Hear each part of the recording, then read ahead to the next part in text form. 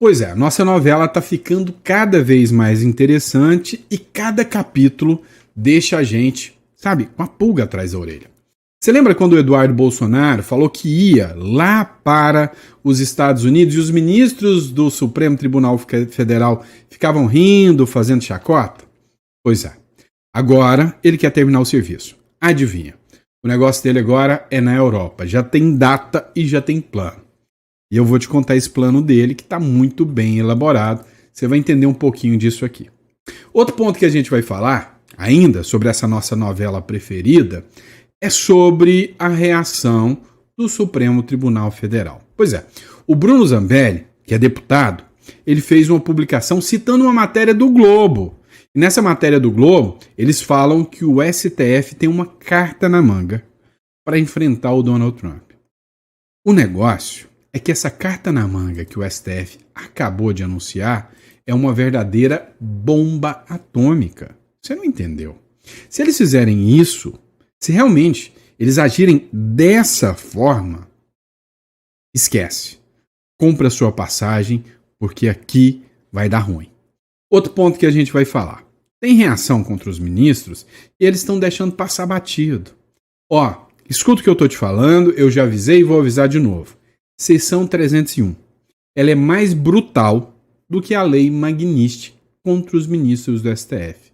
E aí eu já tinha feito um vídeo, eu estava de viagem no domingo e eu gravei um editorial para vocês falando sobre isso. Dá uma olhada. A lei Magnitsky, ela é tão brutal, mas o governo Lula está reagindo, o STF está reagindo. Agora, a seção 301 fez com que o governo Lula vá lá, peça para os Estados Unidos parar, porque senão o jogo vai ficar bem mais pesado contra o Brasil. E ainda vamos falar de outra novela preferida que interfere muito na nossa novela aqui, a do Maduro. Pois é, tem uma nova ação e uma nova acusação feita direta pelo Marco Rubio sobre o ministro da Justiça da Venezuela. E aí, foi meio que um ultimato. Não é à toa que o Maduro correu e se escondeu num bunker. Se eu tivesse na pele do Maduro, eu não ia fazer diferente não, né? Mas ele disse que tem uma carta na manga também. E a carta na manga dele é muito grande. Ou seja, 4,5 milhões de forças, segundo ele diz. Mas será que é tudo isso mesmo? Aqui eu vou te explicar. Então, antes de mais nada, se você não é inscrito no canal, inscreva-se no canal. Dá uma força pra gente. A gente tá quase batendo nossa meta, hein? De 2 milhões de seguidores. Recado, tá? Você que acompanha a nossa notícia, você vai ver que todas as matérias a gente busca fontes fidedignas. Aqui não tem o risco de você ficar caindo em fake news. Cada matéria a gente busca, a gente confirma para que você fique literalmente muito bem informado. Então, vai lá, curta, compartilha e se inscreva para sempre receber esse tipo de informação. E vamos para a matéria, que eu sei que você não está aqui pelos meus lindos olhos azuis, está aqui pela nossa novela preferida e esse duelo de titãs que está cada vez mais interessante. Bora para cima. Pois é, pessoal. Bananinha, 03. O que mais que eles chamavam o Eduardo Bolsonaro, hein? Parece que a piada virou pesadelo. Saiu até uma matéria da Globo News, né, reconhecendo que tanto o Paulo Figueiredo quanto o Eduardo Bolsonaro são, na verdade, grandes articuladores. E aí, o trabalho que eles fizeram lá nos Estados Unidos abalaram, de certa forma, a estrutura do Supremo. Eles não imaginavam nunca, né? Eles riam quando falavam em qualquer possibilidade do Donald Trump sequer citar os ministros do STF aqui no Brasil. E aí, o cara conseguiu convencer o Donald Trump a se tornar inimigo dos ministros do STF. Agora ele quer continuar o trabalho, mas ele não quer continuar lá nos Estados Unidos, ele quer continuar na Europa. E aí, voa lá. Olha essa matéria aqui.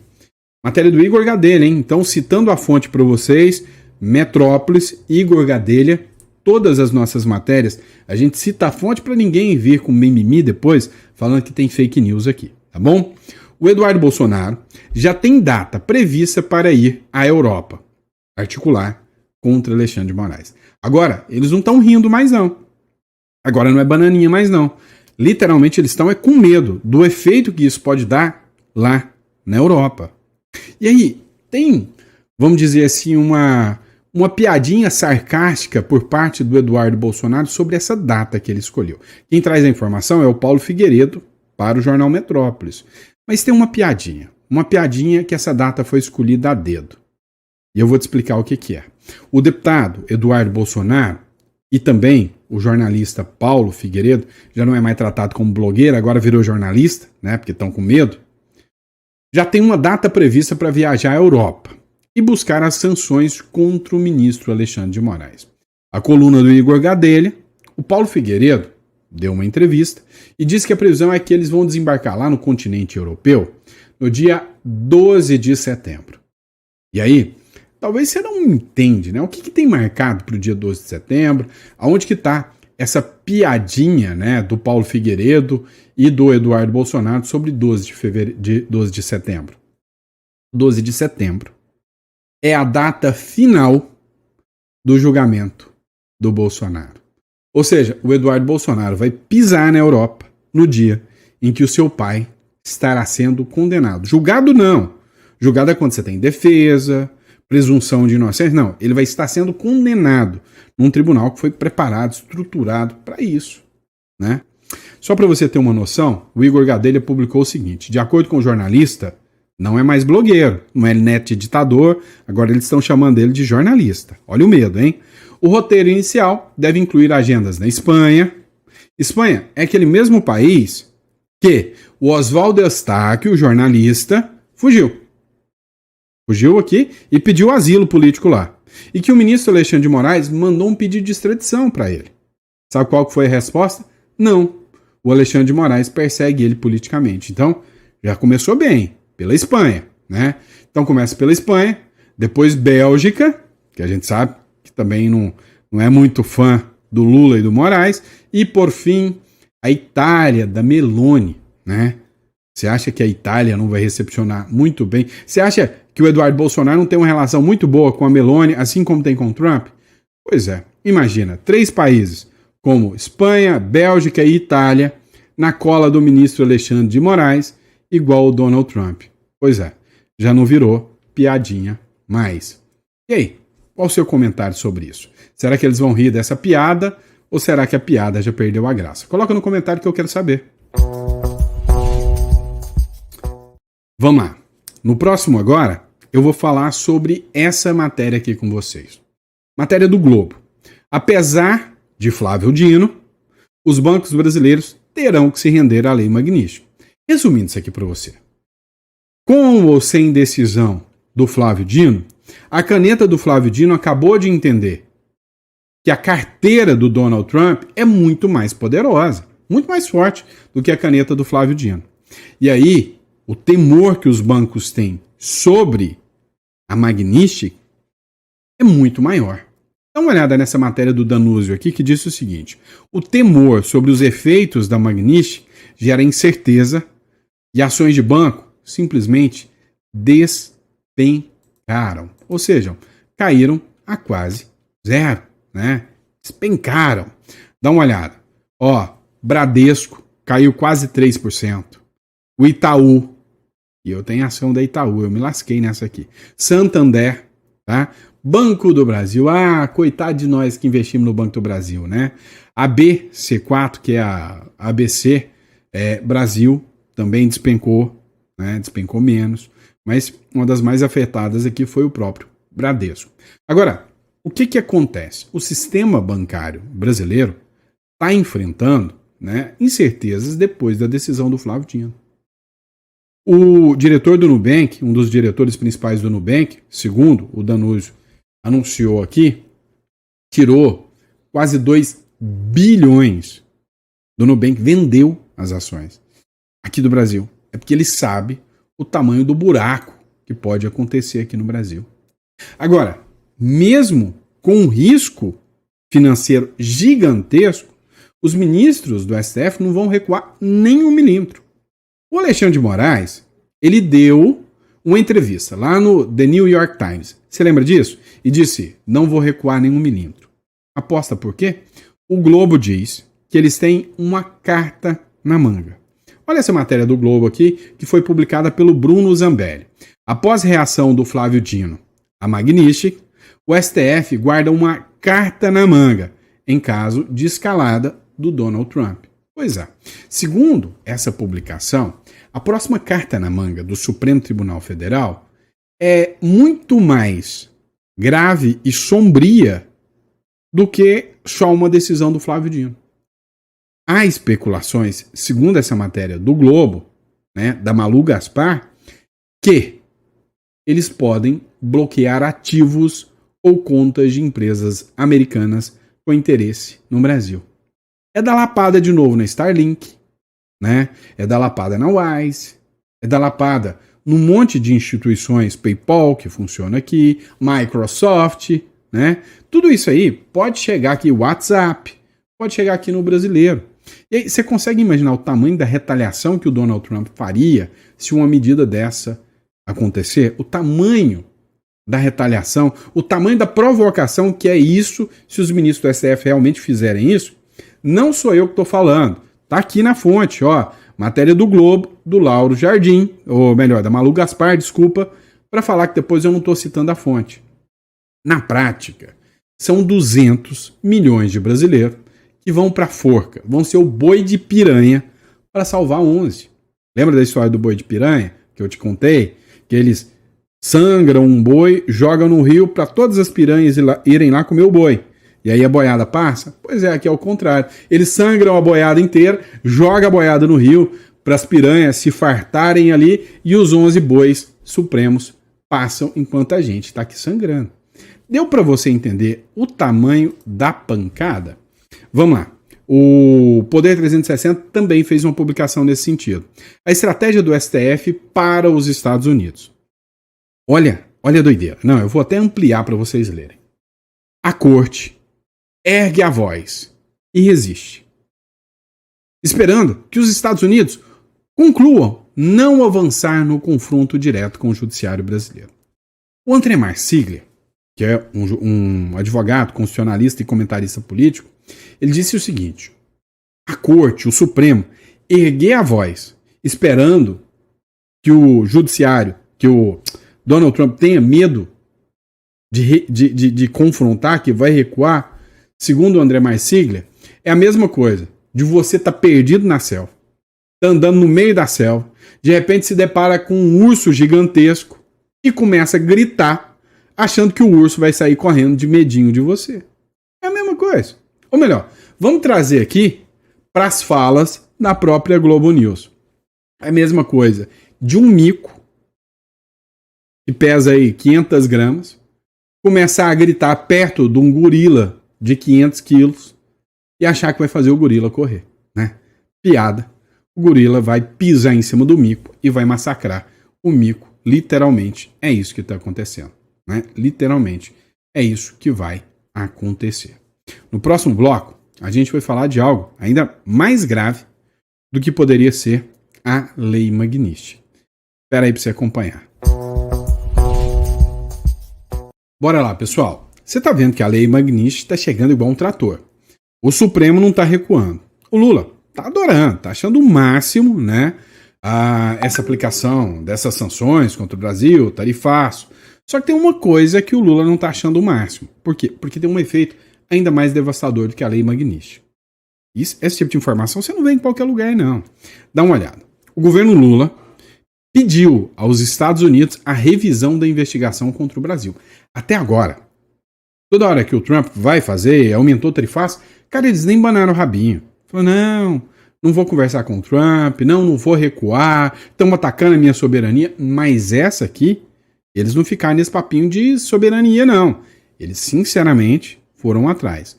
O Itamaraty solicitou que o governo Donald Trump reveja a investigação comercial contra o Brasil, que foi aberta no mesmo contexto do tarifaço de 50%. Você precisa entender que eles não pediram a revisão do tarifaço, mas dessa investigação eles pediram. Pois é, aqui eu estou falando na seção 301, que muita gente está nem falando muito, mas você precisa entender. Uma pessoa que chamou a atenção, e eu sempre cito os créditos aqui, é uma moça que se chama Bárbara, do canal Te Atualizei. Ela fez uma publicação que realmente me fez refletir sobre as sanções da 301. Dá uma olhada nisso aqui. Né? Tá mais poderosa do que a bruxa do 71. É a sanção do 301. Dá uma olhada. Nada é tão ruim que não possa piorar. Até agora, essa frase foi muito bem utilizada contra a direita, né? Para a direita, nada estava tão ruim que não pudesse piorar. A gente só levava pau, né? Só pancada. Mas olha só, nessa publicação da Bárbara, ela escreveu: mas pela primeira vez em anos, eu não estou falando da situação da direita, não. Nada está tão ruim que não possa piorar para a próxima, para a própria esquerda. A gente falou com vocês, né? Que aqui, um vizinho nosso aqui, a galera lá da Bolívia, deu um chutinho no traseiro de 20 anos da turma socialista Left People da esquerda, que tomava conta de tudo. E aí veio o povo e vral, colocou no segundo turno 2 caras da direita, que é para deixar bem claro que é para a esquerda não voltar nunca mais. Já assustou. Agora, o Trump tá querendo pegar o Maduro pelo colarinho e mandar ele pro mesmo lugar que foi o Saddam Hussein. Pois é. Agora, tem outra coisa pior que tá pegando aqui dentro do Brasil. A sanção da seção 301. Dá uma olhada no que a Bárbara escreveu. Enquanto todo mundo fala da Lei Magnitsky e dos mais médicos, que já está relacionado a 301, uma das bombas silenciosas está vindo dos Estados Unidos. A investigação da seção 301 contra os poderosos do Brasil. O que está em jogo para você entender? As sanções comerciais, bloqueio de contas, punições para quem sabotou investigações de corrupção, como a da Lava Jato. Opa, peraí, então vamos entender?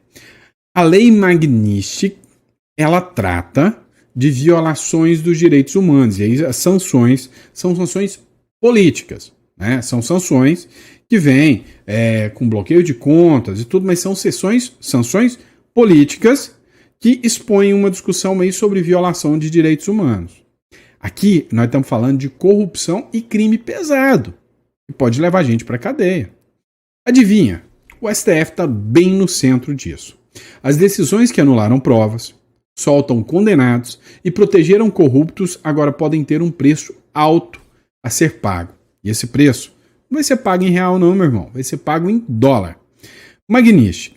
Matérias antigas, investigações censuradas e até compra milionária de imóveis no exterior já estão no radar. E se confirmarem, a Magnitsky vai morder forte. Mas não é só isso. Dá uma olhada no Mais Médicos. Não é sobre direitos humanos, é sobre liberdade. A acusação que se tem é literalmente de trabalho escravo para fomentar ditaduras. Você tem noção que se isso se confirmar, falar que o Brasil violava acordos comerciais para manter alianças com ditaduras utilizando de trabalho escravo? Caramba, o negócio vai pegar. Isso da cadeia. Os Mais Médicos foi a mão de obra escrava para sustentar ditaduras em pleno anos 2000. Nós literalmente financiamos a ditadura cubana através da exploração da mão de obra exportada por Cuba. Os ministros podem tentar até uma saída honrosa, mas se condenarem Bolsonaro antes de uma anistia, podem dizer adeus a viagens internacionais e até ao próprio dinheiro. Também vamos falar de censura, né? Enquanto eles tentam se salvar, querem regular as redes sociais. Ou seja, censura disfarçada de proteção, tirando dos pais o direito de educar os seus filhos e entregando o Estado no controle total. A pior ditadura é a ditadura do Poder Judiciário. Contra ela não há a quem recorrer. O Brasil vive uma ditadura do Judiciário. É por isso que nós precisamos estar informados e preparados, unir e resistir. E as informações da Bárbara foram interessantes pelo seguinte: como eu disse, a seção 301 ela vai buscar informações muito mais profundas do que a Lei Magnitsky. A Lei Magnitsky ela já foi utilizada, ela já foi sancionada e ela buscou ali literalmente, né, decisões que atentam contra liberdades do povo. Agora, a seção 301 ela vai buscar o seio da corrupção. Ela vai lá no Peru saber por que a turma da Lava Jato foi condenada no Peru, por que o Lula mandou buscar uma corrupta do Peru e quais são os elos de ligação que existem.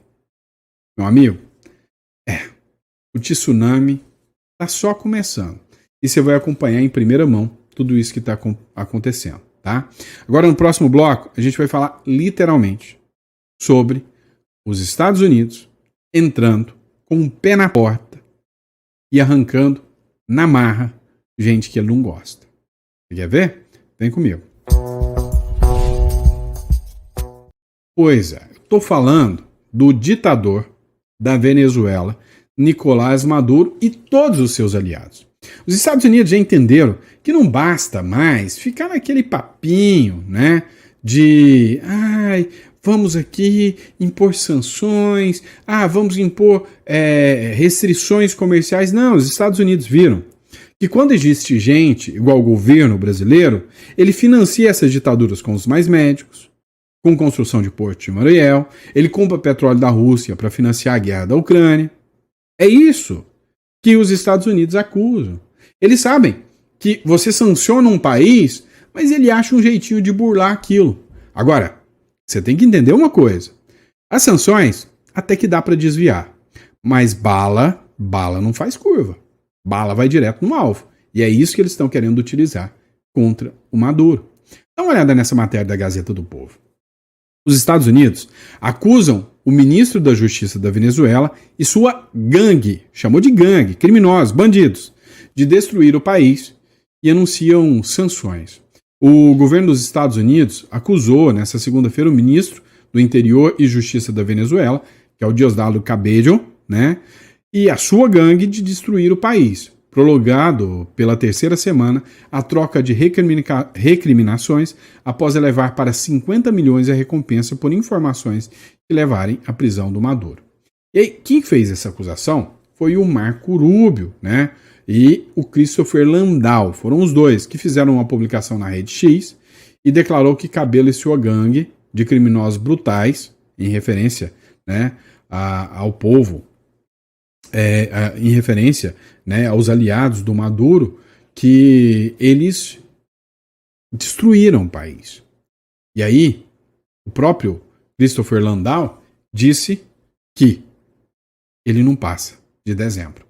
E aí, para o negócio ficar mais interessante, o Maduro dobrou a aposta. Eu já falei sobre essa matéria com vocês, mas agora é interessante porque é a hora 1 da Globo, do G1, informando. O Maduro, nossa, tão poderoso, tem 4,5 milhões de milicianos e ameaça os Estados Unidos. Escuta isso aqui. A Globo fala que não fica nem vermelha. O presidente da Venezuela, Nicolás Maduro, anunciou a mobilização de mais de 4 milhões de milicianos em resposta ao que chamou de ameaças americanas. Maduro disse que vai ativar um plano especial de segurança com soldados nas milícias venezuelanas armados com fuzis e mísseis para defender a soberania nacional.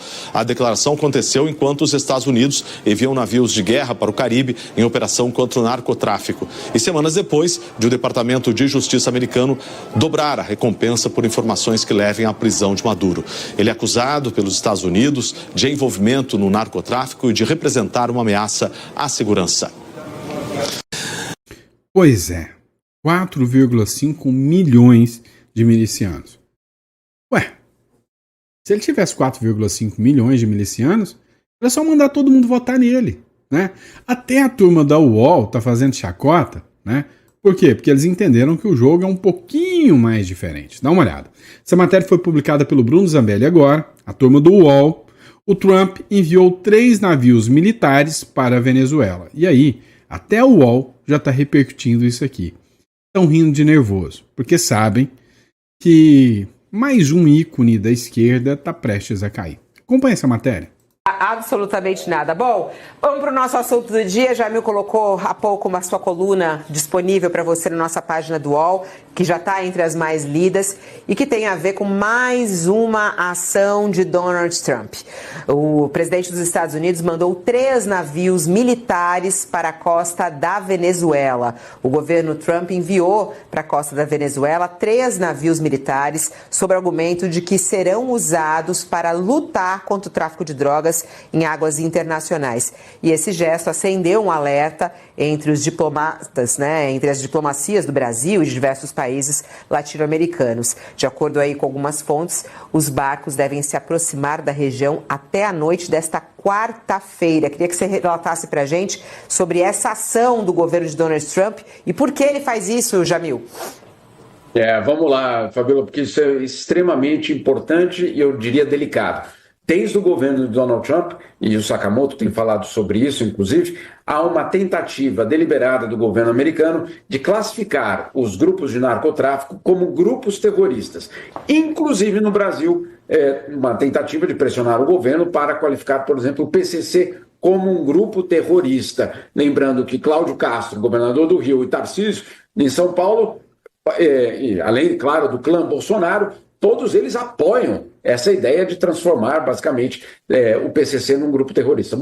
Eu apoio, e você? Você apoia isso aí? Né? Entre nós. Vamos falar isso aqui. Né? A gente sabe muito bem que a mídia hoje não apoia isso de jeito nenhum. Né? Pelo contrário. Depender deles, e dependeu, eles preferiam, né, que esses membros de facções mandassem no Brasil, fossem presidentes. Né? Agora o povo, cidadão de bem, está apoiando 100% o Donald Trump. Quem aí não quer ver a sua cidade segura? Quem aí não quer ver grupos milicianos, né, sendo condenados como tal? Pois é, meu amigo. O jogo está complicado, porque está difícil até para essa turma, né, da militância jornalística defender isso. Até nos comentários, um monte de gente criticando porque eles estão passando pano, né, para organizações aí que não deveriam estar todo mundo brigando e falando que literalmente devem sim ser classificados como grupos de terror. Vamos falar um pouquinho, né, de economia? Vamos te assustar um pouquinho? Vamos lá. Olha isso aqui, né? Você vai assustar porque é o Estadão dando uma lambada no Lula, mas dá uma olhada. Os gastos não contabilizados na meta fiscal ao longo do governo Lula se aproximam de 390 bilhões. Não é mi de mico, não. É bi mesmo, tá? Evidenciam a fraqueza do arcabouço fiscal e explicam por que o país pratica juros tão altos. Vem cá, essa mesma mídia militante que ficou por anos e anos falando que era tudo culpa do Bolsonaro, que tudo era um problema do Bolsonaro, agora ficou tão feio que ninguém mais acredita nessa mídia, que eles estão tendo que falar a verdade e ninguém dá atenção para eles. Ninguém dá crédito para eles. A conta da desprestigiação fiscal, não é nem prestigiação fiscal, ficou justamente para quem? Para o brasileiro pagar. E a responsabilidade de quem? É de quem gasta muito mais. A recorrência com que o executivo apela a artimanhas para não ter de admitir a necessidade de mudar a meta, só desmoraliza a âncora fiscal. Moralizar o quê? Ninguém mais acredita no Brasil. Sabe, é uma gente que não tem um mínimo de vergonha na cara. Você quer um outro exemplo? Só para citar, fugindo da matéria um pouquinho, você viu o vídeo do Felca? Né? O vídeo do Felca. O Felca é um humorista que fez um vídeo muito conhecido e o vídeo viralizou, falando sobre adultização de crianças. A Damares já falou sobre o vídeo. A Leide Fontinelli já falou sobre o vídeo. Todo mundo da esquerda atacou a direita por causa dos vídeos que foram feitos. Agora o Felca faz a mesma denúncia. E adivinha? Eles aproveitam isso para fazer a regulamentação das redes sociais. Olha que doideira. Querem regulamentar. Porque ali o Felca denunciou que tinha um influenciador de esquerda, fez o né? Um influenciador de esquerda ali, que estavam adultizando as crianças. Então, nós precisamos regulamentar as redes sociais e tirar perfis, porque está chegando a adultização das crianças. Não, está chegando a eleição de 2026. Agora vem cá. É esta turma do PT que quer dizer para vocês que eles vão combater agora a adultização das crianças. Você viu essa matéria do Paulo Matias? Caiu aqui, ó. Dá uma olhada. O ex-tesoureiro do PT no Mato Grosso, foi preso. Por quê? De menores. Você sabe o que eu tô falando, né? Não vou falar isso aqui, não. Pode ter criança aí, mas de menores. Abusou, né? O ex-tesoureiro do PT, em Mato Grosso, foi preso na manhã desta segunda-feira em sua casa, no bairro Jardim Paulista, em Cuiabá. A ação ocorreu após a expedição de 2 mandatos judiciais, decorrente de sua condenação a 15 anos e 2 meses de prisão, em regime fechado pelos crimes de abuso sexual e vulnerável contra menores. Eu vou evitar falar aqui a palavra aqui. Uma das vítimas é sobrinha de sua ex-companheira, né? Então, assim, gente, essa gente que vai regulamentar as redes sociais porque estão defendendo a não adultização das crianças. Te convenceu? Não, né? Duvido. E é isso, pessoal. Obrigado pela confiança, pela credibilidade. Se você gostou do editorial, né, se as informações foram relevantes para você, coloca no comentário. Eu fiquei até o final. Gostei. Você pode me ajudar compartilhando também. Faz o seguinte. Pega aquela sua amiga petista, aquele seu amigo petista que é chato pra caramba, quem sabe esse vídeo pode converter ele, manda pra ele e fala, esse cara falou de você no final do vídeo. Só pra ele ficar com raiva mesmo, né? Pra ele assistir o vídeo inteiro, só pra ele chegar até o final e ver eu pedindo pra ele colocar que gostou no final, tá bom? Dá uma força compartilhando o vídeo aí. Outra questão também. Vamos entender que o Brasil tá passando por um momento difícil. Eu recomendo que você tenha um plano B pra tudo isso aqui. E aí, um plano B seria você ter uma residência fora. Imagina, o pessoal do 8 de janeiro, por exemplo. Se eles simplesmente tiveram numa manifestação que deu errado, ou aquela loucura, tiveram que fugir. Fugiram como clandestinos, como imigrantes ilegais. Alguns estão até presos na Argentina. Imagina se eles tivessem buscado uma residência fiscal fora, se eles tivessem um lugar para recorrer. Você deve ter acompanhado, né, que alguns países já até rejeitaram o pedido de extradição. Por quê? Porque essas pessoas são residentes de outros países. Então, se isso é interessante para você, você vai clicar aqui na descrição ou vai mandar uma mensagem aqui para o celular, tá? E a gente vai falar exatamente sobre como buscar a internacionalização. Hoje eu recomendo muito o Uruguai. Tá aqui na descrição. Um país rápido, barato, e você conseguir uma segunda residência e cá entre nós. Um país com índices de segurança jurídica, segurança pessoal, um lugar para cuidar e criar da sua família, com índices bem mais interessantes do que aqui o Brasil, tá bom? Só entrar em contato. Grande abraço e eu vejo vocês no próximo editorial. Grande abraço.